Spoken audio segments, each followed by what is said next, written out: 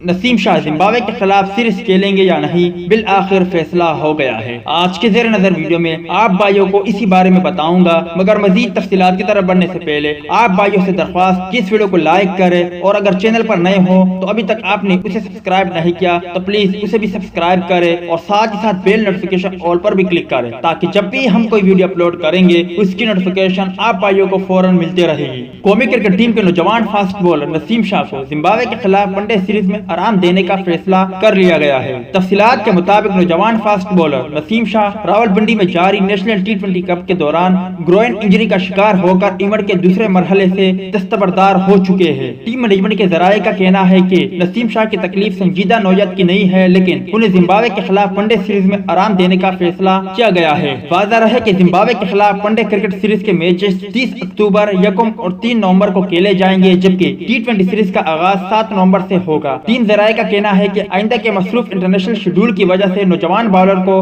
آرام دینے کا فیصلہ کیا ہے تاکہ وہ 100% فٹ ہو، جبکہ سیریز میں نسیم شاہ کی جگہ محمد موسیٰ کو اسکواڈ میں جگہ مل سکتی ہے۔ دوستو یہ تھی نسیم شاہ کے حوالے سے کچھ اپڈیٹ۔ ویڈیو اچھی لگی ہو تو لائک کرے، بری لگی ہو تو ڈس لائک کرے۔ ملتا ہے کسی نیکسٹ ویڈیو میں، تب تک کے لیے اجازت دیجیے۔ اللہ حافظ۔